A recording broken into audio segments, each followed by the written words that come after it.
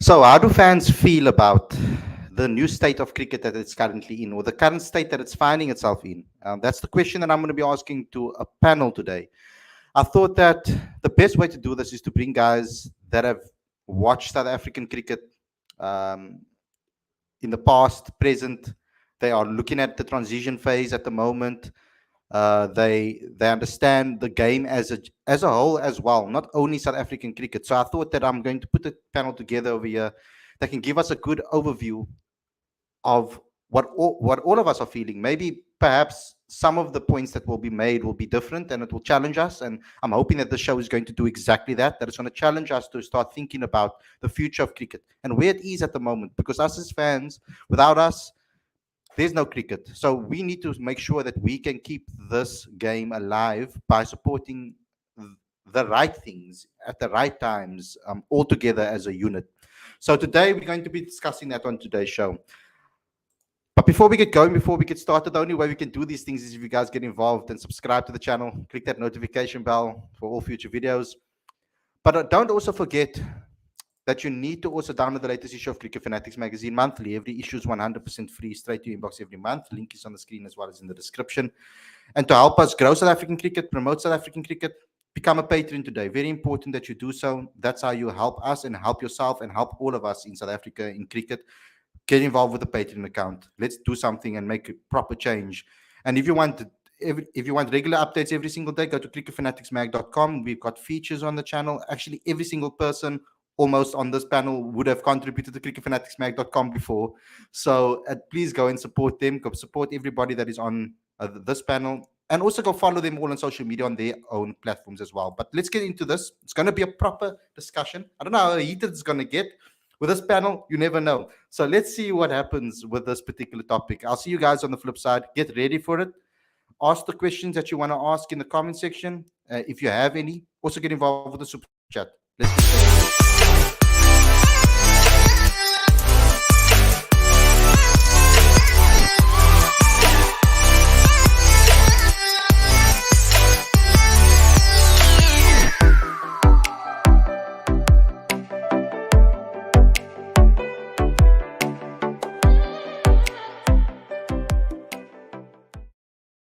Very good evening. Welcome to Cricket Fanatics Magazine. This is your daily show. I'm your host, Khalid, and this is the show where we talk about all the major talking points in South African cricket. But today I'm going to bring you a special episode where we bring together fans from South Africa and you could say too, they're fans of cricket in general, not only South Africa. I needed some help on this one. So I brought the guys from the Full Quota Podcast to come help me. And I've also brought in Aaron from the Cricket Connoisseur to help me out. I'm already heated. I'm already heated with that comment earlier. Almost all of these guys have contributed to the magazine. Very cheeky, Khalid. Very cheeky. Audio Power hasn't written an article yet. The rest of you guys have. So we must get an article out of him for one day. One day we will. But you guys don't want people unsubscribing. Oh, I want the clout. I want the clout. But let's get into this. I thought this will be a good episode for everybody because I feel that we all have different views on what the current state of South African cricket is. So what I'm going to do here, first and foremost, I'm going to give everybody an opportunity to explain how you are feeling about the current state. Let's start with South African cricket. It will bleed into international cricket eventually, but let's start with South African cricket and with everything that's happening. We've got the ST20, we've got what's happened with Mark Boucher stepping down, we've got the likes of the difference in the standard between our T20 team, ODI team, and our test team. We are unsure of what we're going to do going forward. So let's get everybody's view. I'm going to start with Paul, then I'm going to Tim, and then I'm going to Aaron. Give me your thoughts. How are you feeling currently about South African cricket and in cricket in general? Wow. Okay. How long do I have? Floor is yours. Look, let's start with the South African T20. Sorry, my load shedding is coming back, so it might be gone. Anyway, South African T20. Love the concept. Really, really do. But I don't know how money gets back to CSA. That's my number one issue. All this money, all these guys, all these people, Mark Boucher looking for a payday. Everyone's getting paid. Obviously there'll be players in the South African system who won't be afforded that payday, and they'll be playing in the CSA T20, trying to get themselves in. But I don't see how this money gets itself into CSA, where CSA needs it the most.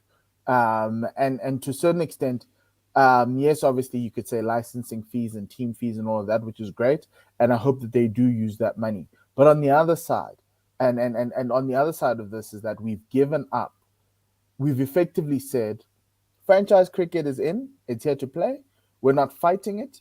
We are accepting it. We are accepting it. We're effectively killing domestic cricket, or all the other forms of domestic cricket. We're killing them because the question CSA needed to answer was, were we going to get a sponsor? How are we going to get a sponsor? How are we going to get revenue generated in domestic cricket? And they decided, no, let's go the franchise route. But because of that, our domestic season is going to suffer. So we already have less 4-day games. 1-day cups kind of probably die in the ether, but people don't care about 1-day cricket anymore. But how do you develop future cricketers? And you can see that in the way in which we've played the different formats. We've gotten lights out on T20. We've the best team in the world in T20 because everyone's focusing on T20 and that's where we're leaning.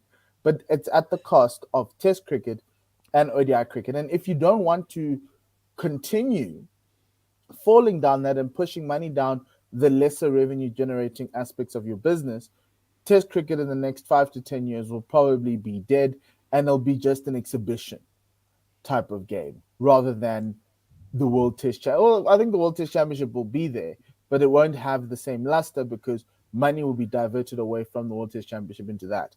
Someone can say, obviously, the India's model, India's Test team benefited from the IPL and everything else, and that's possible. But how do you see that? How do we see that translating in South African cricket when everybody and their grandson and their child is going to play T20? And the one thing I'll say to you is that when these kids come out of high school, these Devil Brevises, these Richard Siletswanes, who are amazing cricketers, why do they need to play domestic cricket? They can literally come out of high school, go to the Under-19 World Cup, perform at the Under-19 World Cup, get a contract and be a T20 mercenary around the world. And you earn a living playing cricket. And yes, you may say you want to play for your country. You want to have the pride. Yeah, I'll play for my country in T20s. I won't need to play for my country in Test match cricket or ODI cricket. And that's where we are right now. On the whole Mark Boucher thing, look, he stuck it to us. They tried to stick it to him, and he stuck it to us. Timing is horrible, but quite frankly, he must go. And all I'm going to say is connect the dots, everybody. Graham came in, Graham selected Mark as his mate and as the coach. Director of cricket leaves. Everyone was expecting Mark Boucher to leave then. He didn't. He said he wanted to stay on. He wanted to help. Then Graham gets this cushy job as commissioner of this league. And Mark's like, I too want a payday. So maybe Graham called his bro and said, dude, resign because here's a payday coming for you. Because I don't understand why Mark would leave now. I thought he was here until the 2023 World Cup. I thought he wanted to win a World Cup. Because at this point in time, if he bombs out of the World Cup, what's to say he's going to give us his best effort in Australia? What's to say that? Are we going to trust that he's been a professional for a very long time? Quite frankly, for our CSA, I'd be like, dude, just leave. We'll find a new coach for the World Cup. It's fine. Enoch can bloody coach the team at the World Cup. And so for me, that's where I'm at. Happy he's gone. Thank goodness. He's done well. T20, great. Test match, yes, they did well. ODI, he needed to be fired for the ODI side alone. But that's me.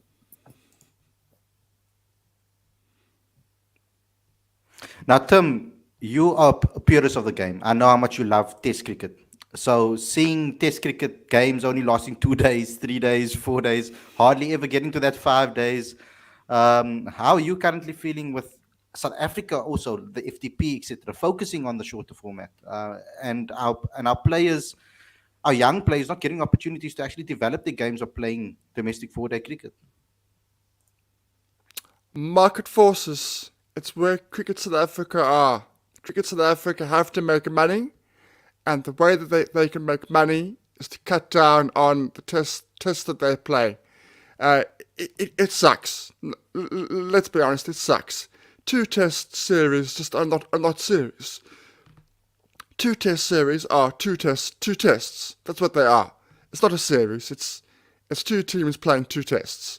It sucks, but I get it. Cricket South Africa needs to make money. It doesn't make money from anybody except if India come. That's the only country it actually makes money from at the moment. So I get it. From a money point of view, I get it. That is the way the world is going outside of the top three. The sooner everybody else accepts that, then the better. Unless the ICC or the BCCI or somebody goes, you know what, we need to go back to the test fund. We need to actually, West Indies go to Australia, and instead of Australia getting everything because they host, West Indies get 5% of the revenue or whatever, something. So they can at least have some kind of monetary fee from that series, and they can take that back to their own federation and plug it into their own cricket. If that doesn't happen, then you're going to see teams like Sri Lanka, the West Indies, Pakistan, South Africa going along this avenue and playing less and less test matches. As much as the CEO says they will try to fit in test matches outside of the FTP, in reality, where's the incentive? Where's the incentive? It's all nice that he says it, and I'm glad he's saying it, but there's no incentive for Cricket South Africa to play extra test matches. It is a shame. It is a shame. Going into our format, if we've now got these 8 teams, what should happen is it should be 14 games. It should be 14 games. It should be what kind of cricket is at the moment. Again, that's entirely down to funds. It's got nothing to do with anything other than Cricket South Africa does not have the money to have home and away fixtures. And it's a real shame because it does take away a lot from the game. It takes away a lot from individuals who their focus is probably going to be the 4-day stuff and the 50 overs. They're never going to be T20 guys going to the IPL. They're probably never going to be picked for the South African 2020 competition happening in January. So guys are going to miss out. But as I said before, it comes down to the money. Yesterday they announced, I heard that the Colts cricket, which is just below our professional setup, there's going to be none of that this year. Now, why do you think that's happened? That's happened, in part at least, because of the T20 competition, because there isn't the funds there. How do you stop this? It's a difficult one, because this train has been there happening for quite a few years, and Cricket South Africa has been slow to at least, if not stop it, I don't think you can stop it, but slow to make things a little bit more incentive for guys to want to play the longer format. So it's a real shame, as I say, but it's hardly surprising with the way the world cricket is going. Not just South African cricket, the way the world is going. It's not really surprising. Now, Aaron, I'm going to bring you in over here as well because there's another aspect that I want to talk to you about because, of course, you are, welcome, Werner. I do tend to drop people in just automatically. I don't know. But, Aaron, you're in a different situation to us, of course. Now, you are also a Proteas fan. I know that you are in your hearts and hearts. It's green. But you're on a different level tonight. But with regards to you looking at from the outside, looking in and what's happening to South African cricket, it's so clear that T20 cricket is the focus. But my main concern over here is keeping what the structure over here in place, because we have a structure here that's doing its thing with domestic cricket, etc. the biggest concern, and I'm glad someone mentioned it in the comment section because I had a long conversation with someone off the record about this, is the amount of overseas coaches that are being brought in this SA T20 league, and all of our local coaches with every franchise are not even given an opportunity to be even as a batting coach or bowling coach or anything like that. We're getting fielding coaches from New Zealand. I mean, like, this is ridiculous in my opinion. Welcome to franchise cricket. Simon Catich was the biggest happiness of my day. I was shocked he didn't get it. Mark didn't get it, but I was like, oh wow, they went for him. Yeah. So there's a lot when it comes to this format, and I think it's going to an extent also put us further back with regards to our development from a domestic point of view, from a South African standpoint. It's called SA20 at the end of the day, and I was hoping that the money will be invested back into our system, whether it be into our younger cricketers or our younger coaches that are working so hard to try and get themselves up to a standard that is worthy.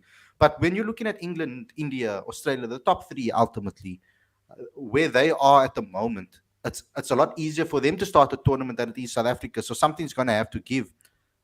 But I know you might say you understand, but do you agree with the way South Africa's gone about this, with this new T20 league and the dropping of Test cricket and potentially not taking ODI seriously? What's your thoughts on it? You're asking someone who doesn't like the 100. I think you know exactly what my thoughts are on this competition. Obviously, I'm going to say that Test is best, but you do have to understand the finances of the game.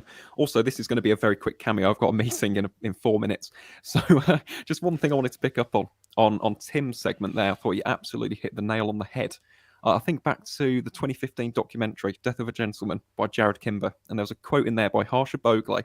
And he said, does cricket exist and make money? Or does cricket exist purely to make money? And I think as the years are going along, we're seeing more and more, it's now the latter. Franchise cricket is taking over. We're getting private investments with regards to the 100 here in the UK as well. The ECB have now said that it's open for private investments. So I expect the likes of the Royals Group and the Knight Riders Group to get their hands in the pie as well. So it's just the way that cricket's going. Do I agree with it? Absolutely not. And I never will. At the end of the day, I like my county cricket. I like my South African domestic cricket. I'd much rather watch the Lions or the Cobras, or there's now the likes of Gauteng and Western Provinces. I'd much rather watch them because they've got heart, they've got soul, they've got history, whereas franchises don't. And don't get me wrong, I love franchise cricket as well. In parts, I love the IPL. I've been watching that since 2008. I've been watching the Big Bash for years, the PSL for years, the CPL, which is going on as we speak. But franchise cricket should be a subsidiary of cricket. It shouldn't be the main thing. International cricket should be the main thing. You will not ever be able to replicate the drama, the excitement, the feelings of desire and passion that we saw in that Test series between England and South Africa. You can't do that in franchise cricket. It doesn't mean as much. So just to kind of close my passage before I do have to depart for my meeting, I do worry about the future cricket. I can understand why South Africa had to go in that direction. If the ICC reformed the monetary system, we wouldn't have to go in this direction, but that's another debate and another conversation for another day. But yeah, it's just a massive shame. Obviously, it's not the direction that I want to go in, but it's the way the world works. I think Tim nailed it on the head, to be honest. But I will have to depart, gents. Just one final word from me. Bazball strikes again. England winning the series. We're massive. Enjoy the rest of your show, lads. See you in a bit. Thanks, Alan. Good luck with your meeting, bro. You never dull moment to that guy. Okay, let's move it on to Werner. You coming in now? You've probably maybe listened to some of the other guys and what they had to say, but you didn't. Okay, cool. But I had load shedding. I dropped in thinking it was maybe just me and you, maybe Aditya. Dropped in. Suddenly it was Tim, Mpo, and Aaron. We've got all the big guns out here. It's the crossover. The big guns. It's the crossover. Podcast. That's the crossover podcast. Yeah, Nice. I needed to bring the big guns in today because I think that obviously we have our own platforms where we speak, and what your fans might say might be different, and I would like to merge both so that we can get a holistic view. But Werner, we know how you keep up to date with cricket quite well, similarly to Tim as well, all around the world too. But the South African game I feel is currently in danger. Do you agree? What parts? How do we keep everything neat in a box? Because currently at the moment, it feels like we just throw ourselves into one aspect and then we move on to the next, and then we throw ourselves in all resources. We spend all our resources in one aspect and then move on to the next and the next and the next, and we kind of lose focus of the holistic picture. That's what I'm kind of looking at the moment. Yeah, all our eggs are sort of in one basket with this new league. It has to succeed for Cricket South Africa to still be financially in a position for us to continue with domestic cricket in the way that we hoped it would. I think it's a bit tragic that we only have 7 first-class games now in a season per side. That feels like way too low. And how can we prepare guys for Test cricket if that's the amount we're getting? Because I think it's probably split up into like 3 first class games this year, and then the other 4 next year after the T20 league. And so you can't even really get a consistent run at it. So maybe you struggle the first couple of games, and maybe you just start getting into things in the third game, and then you've got like a bunch of months break. So that makes things difficult as well. You see in county cricket, they'll have quite a consistent run. They'll have about 4 or 5 games, then they might in between they might have the Royal One Day Cup or the Vitality Blast, but they will get back to the county cricket again. It's like one continuous loop in between each other. So it feels like it's going to be difficult for the domestic players to adapt. To say, okay, we want to play red ball cricket. Let's have a consistent run. Let's work on some things, and then you just start get going, and then the SAT 20 league comes in. So obviously it's a great opportunity, but not everyone's going to play in it. I think a bunch of the guys that plays first class cricket, 4-day cricket, won't be playing in the T20 league necessarily. And so what are they going to be doing in between? Because you can't really go play. They'll probably have to play club cricket in that time to try and get some competitive game time in. Well, competitive is not really the right word, but get some game time in. So it makes it really, really tricky. I do hope that the T20 league will be a success.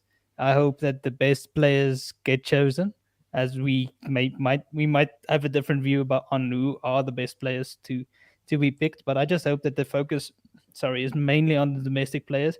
I would go as far as saying pick 5 overseas players in the squad, 5-6 players. I don't think every side needs 7 overseas players, because there aren't that many big overseas signings necessarily or in the auction list.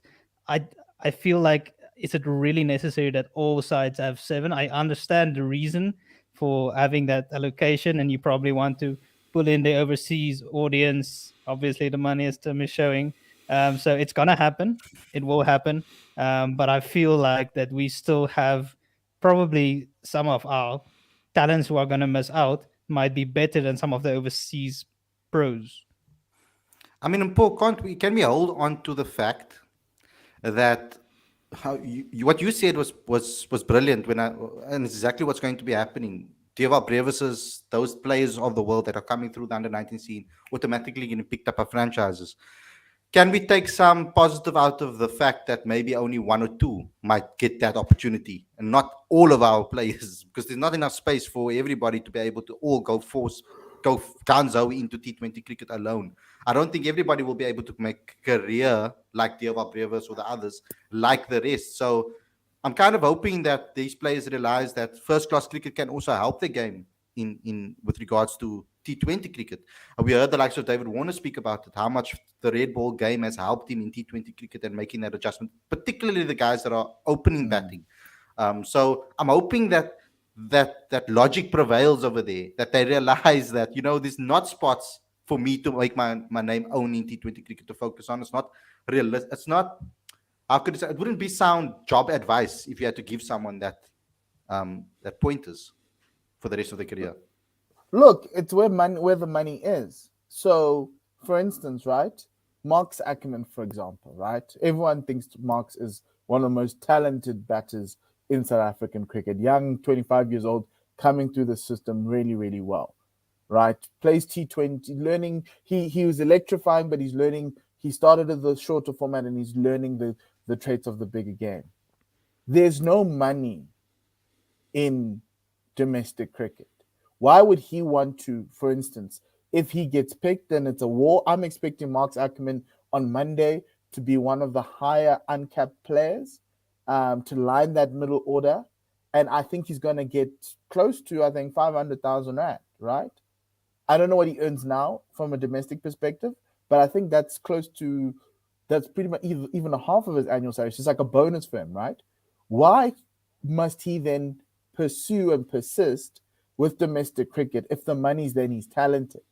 I understand the whole idea of learning your game and learning it, but I'd rather be learning my game where the money's at, where everything else is at, and so that's the one thing that I think about when I look at this, is like everyone's going to be going for the money. That's why people have put their hands up, to be like, I want the money, and that's the problem. And it's a chicken and egg, because I look at this and I'm like, if we started something today and said, guys, consume the non-T20 parts of the game.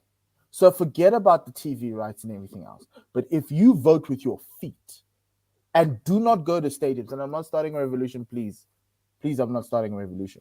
But if you then said, as a cricket fan, I will not consume this, because everyone says they don't like T20, then don't go to the stadium.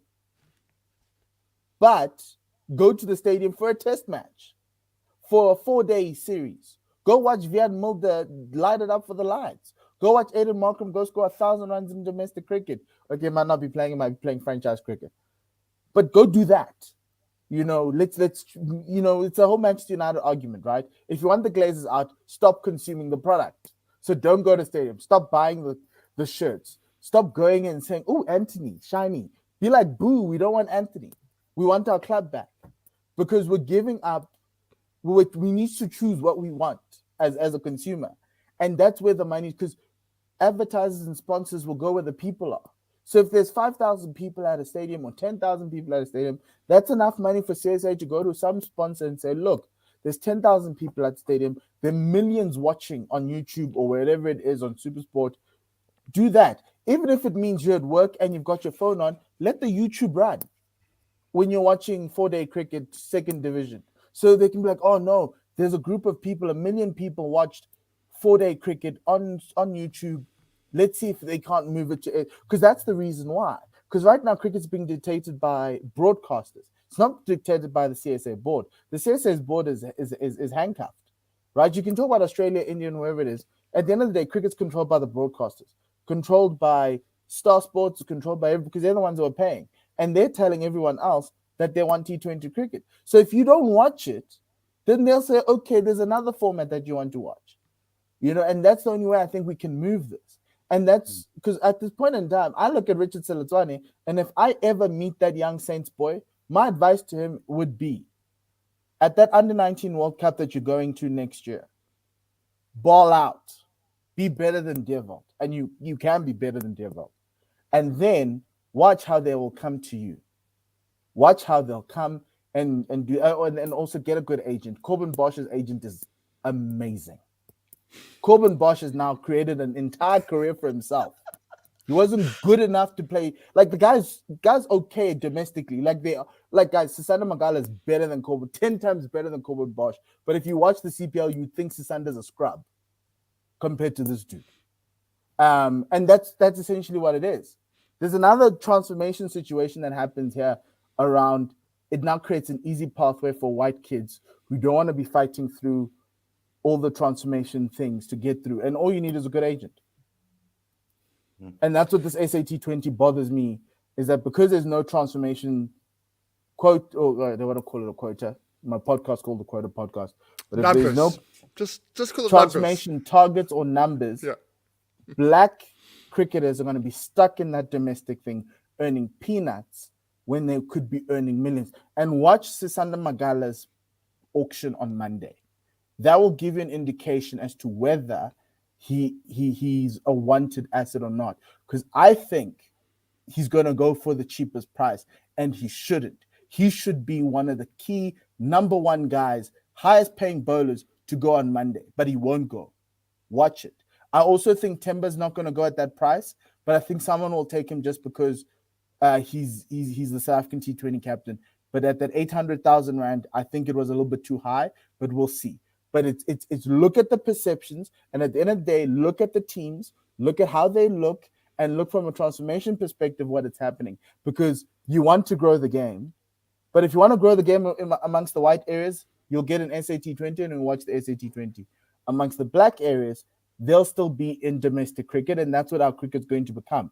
You're going to get guys playing in SAT20, but because South Africa has transformation targets, you're going to be getting guys playing domestic, and then guys are going to be calling the domestic guys quotas just because they don't have the ability to get into the SAT20. For me, that's the biggest thing that hurts me about this tournament, is that I know that people who look like me on Monday are going to get shortchanged. Like, for instance, where's Lazard Williams? Is he in? He's in. Is he going to get... He's in. He's in. He's playing Watch county how cricket, boy. he's going to go. Iceman should go for more money than bloody Jaden Seals. He's much better than Jaden Seals. So Tim, I know we hit the 30-minute mark and we're going to wrap it up No, now. no. But Tim, It's a good. so, It's all good. but in general, because we're going to do a part 2 of this as well, because I want to continue this conversation going. But let's get your final thoughts, Tim. How do we still, because I don't want to, do we concede? Do we just accept as fans that T20 is the game now to support and that's the way cricket is going? Or do we fight it? Or do we try and change it? How do we survive? How do we keep 4-day cricket alive? How do we keep our game alive? When we split up the divisions last year, and we said we're going to do the Division 1 and Division 2, I thought that was part of the system. That was part of, right, now we're going to give exposure to a whole range of different people, Division 1 and Division 2. More people will watch Division 1 just by the nature of it being Division 1, but if you want to watch Division 2, it's there. It's available. So by that, I thought that was a good step in the right direction. It was a slow one, but it was a step in the right direction. This step, I get it, Ian. I get it. It makes sense. Cricket South Africa makes money. It's a backward step for everybody that's not at the top. That is a fact. It just is.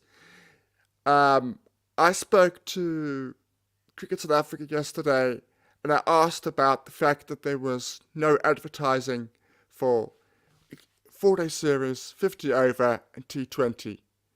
That it's called the 4-day series. It's called the 1-day cup. It's called the T20 challenge. I was told there's something in the pipeline, but it's early stages. Now, those guys need it. You know, Cricket South Africa needs that for that to flourish. It needs your Ernest Kems. It needs your Northern Cape guys. It needs your Mpumalanga guys to be seen. And the only way it can be seen is if money is put in to that setup. How long that's going to take, I don't know. I'm surprised that they haven't got somebody, Standard Bank, Sanlam, anybody to get in that system. I mean, it's. I can't say that they haven't spoken to those people. I don't know, but the fact is that they are still. The gap between SA20 and everybody else is massive. It's massive. Yeah. It's huge, and that's a problem. That is a huge problem. I'm just going to, just one last thing on what Paul said. Keegan Peterson, Bavuma, and Lisipa Ngupi. If all three are picked, I'll be very, very, very surprised. They all should be I think picked Lisipa will go to Mumbai, but they'll probably be lost picks, probably 17th. Yeah, I think if I'm picking one of those three, Lisipa I'm picking first above the other two. In this format, Lisipa. Without a question.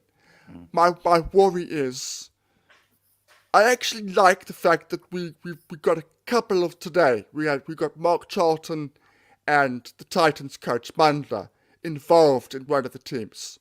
So it was looking a little bit sort of overseas centric with your Graham Fords, who hasn't been here for a long time. And people like that.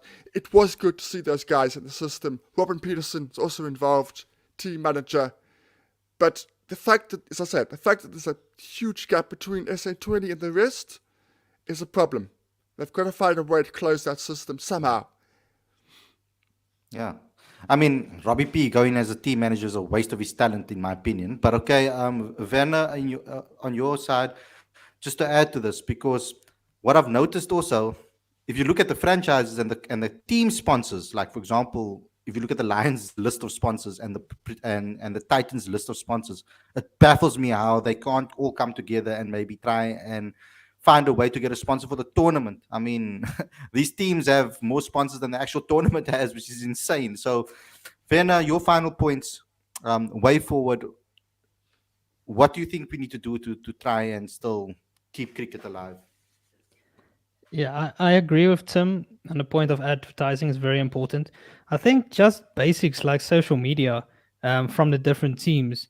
We'd go into a 4-day match with Vietnam Blitz playing against the Knights, and Vietnam might put on their 11 that are going to play 5 minutes before the game starts, and nobody knows the game is going to start because it's not really advertised, and the Knights won't even put on a 11, or the Dragons, or whoever it might be.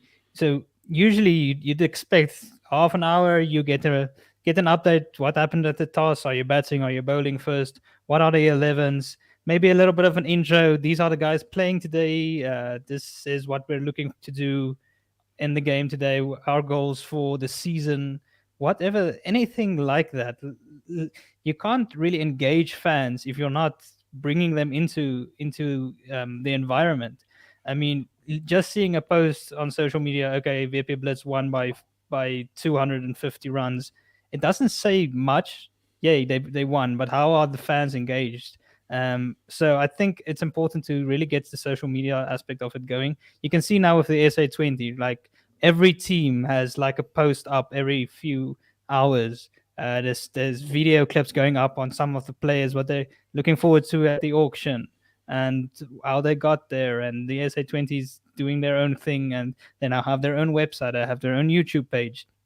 These sort of things need to be brought into the domestic game as well. We need the Lions, we need the Knights, we need the Warriors to have their own pages, have their own social media person running things, making sure that fans are up to date, get them engaged. I think that is a very important aspect. It is. And we're going to continue this conversation. I'm going to do a part two so that we can have more to speak about, and we can even get more guys on the show as well, that guys that missed out today. But and Mpo, please go follow them, guys, the Full Quota Podcast. Follow Werner on social media as well. He's also they're all actually part of the WSR crew as well. So please go follow all of those platforms as well. But guys, thanks a lot for joining me on this show. It's giving me some thoughts to think about. We can maybe go a little bit more deeper and niche in the next episode. But thanks a lot to everybody for watching. Please subscribe to the channel, subscribe to Cricket Fanatics Magazine monthly, become a patron, do all of those things. The links are in the description. I'll see you guys again tomorrow with another daily show. Take care, everybody. Enjoy the rest of your evening. Peace, everyone.